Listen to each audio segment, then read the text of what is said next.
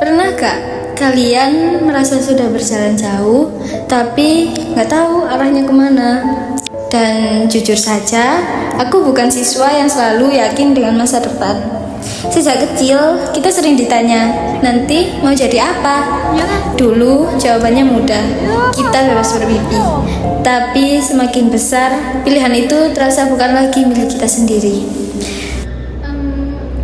Semuanya, perkenalkan, namaku Lala. Kelihatan begitu. Nilai harus bagus, harapan orang tua harus terpenuhi, dan kata orang harus diikuti. Sampai akhirnya aku memilih jurusan ini. Bukan karena aku paling ingin di sini, tapi karena aku takut mengecewakan orang lain.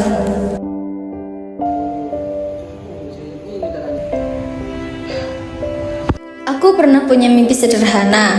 Aku suka menggambar. Aku merasa hidup setiap kali memegang pensil dan kertas. Tapi suatu hari aku mulai percaya bahwa mimpi itu tidak cukup realistis.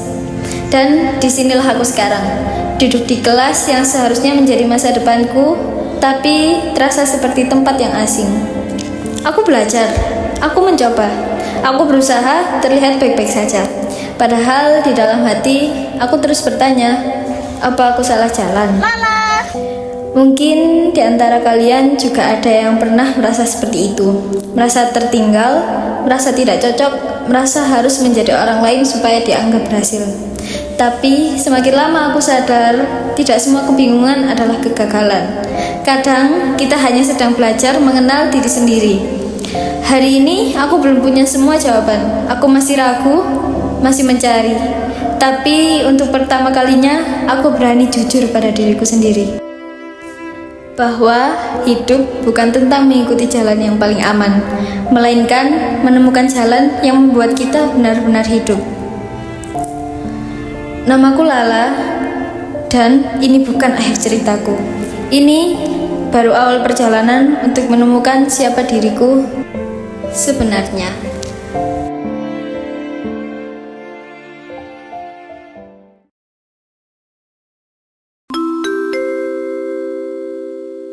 Saatnya jam pertama dimulai.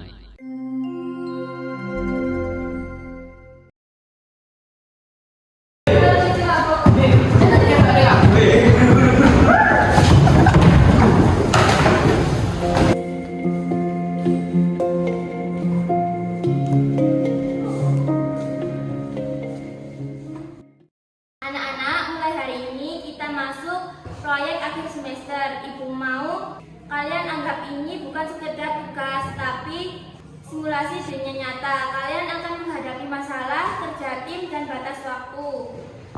Berarti prosesnya dinilai juga ya Bu, bukan cuma hasil akhirnya aja. Betul, bahkan proses lebih penting karena di dunia kerja, orang dilihat dari cara menyelesaikan masalah, bukan cuma dari hasil jadi. Bu, kalau proyeknya gagal tapi analisisnya bagus, tetap dapat nilai Bu. Kalau kakaknya pernah mencoba dan bisa menjelaskan kenapa bisa gagal, itu tetap bernilai. Nah itu baru kabar baik. Lu jangan yang gagal dari awal juga. Tapi proyek sesuai jurusan kalian. Ada produk sederhana dan presentasi lengkap. Semua anggota harus kebagian peran ya. Untuk kelompok 1 ada Bima, Mila, Apin, Lala, dan Yanto.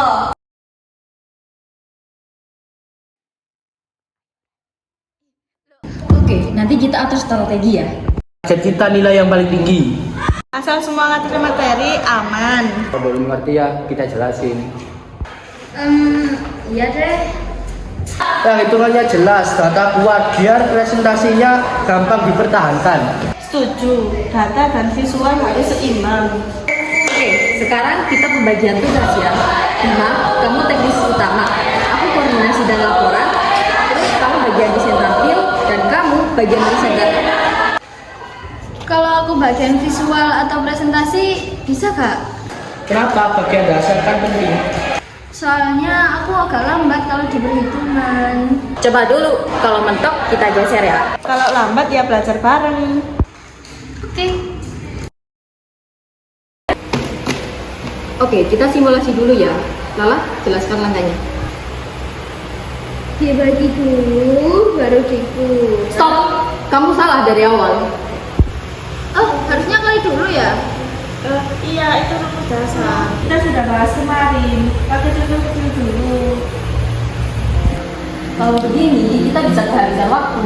Kita nggak bisa ulang terus. Tenang, nada suaranya dijaga dong. Maaf ya.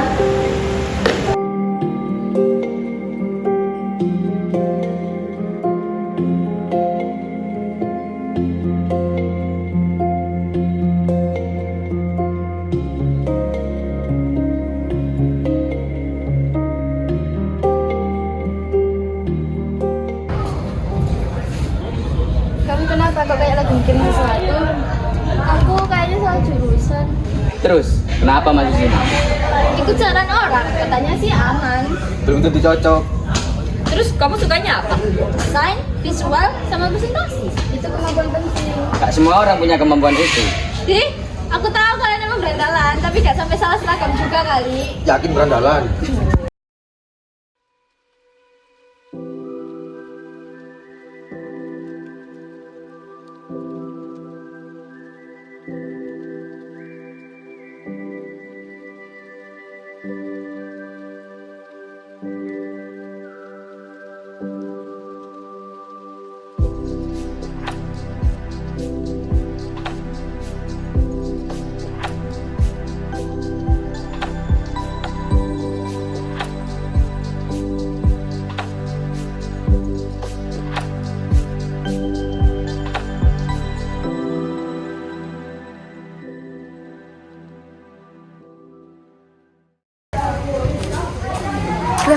Ada Lala.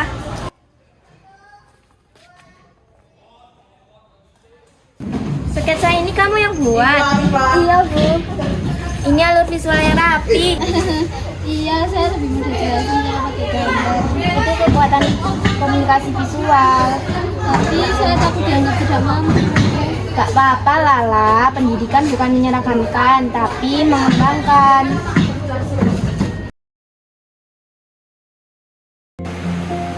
Kita evaluasi jujur ya. Karena ada bagian yang tidak dikuasai. Atau kebagian salah? Karena kan kuatnya visual. Iya sih, presentasi bobotnya jadi bisa lebih besar. Kita atur ulang.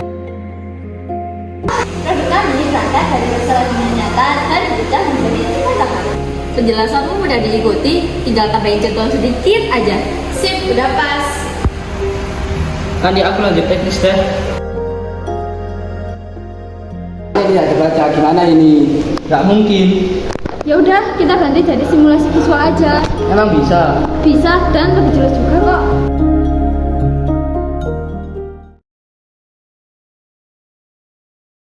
Kami tampilkan simulasi proses agar setiap tahap terlihat jelas dan lebih. Secara teknis hasilnya efisien. Metode ini sangatlah fleksibel. Wih, bagus juga ya presentasinya. Ini itu inti pendidikan. Iya, maksudnya. Kalau apa kita sama-sama belajar kok. Sekarang yakin anakmu? Iya.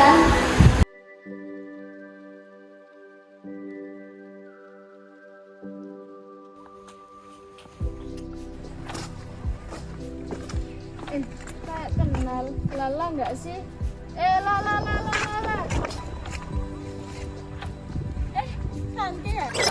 Kamu ngapain sih bawa banyak kanvas kayak gitu?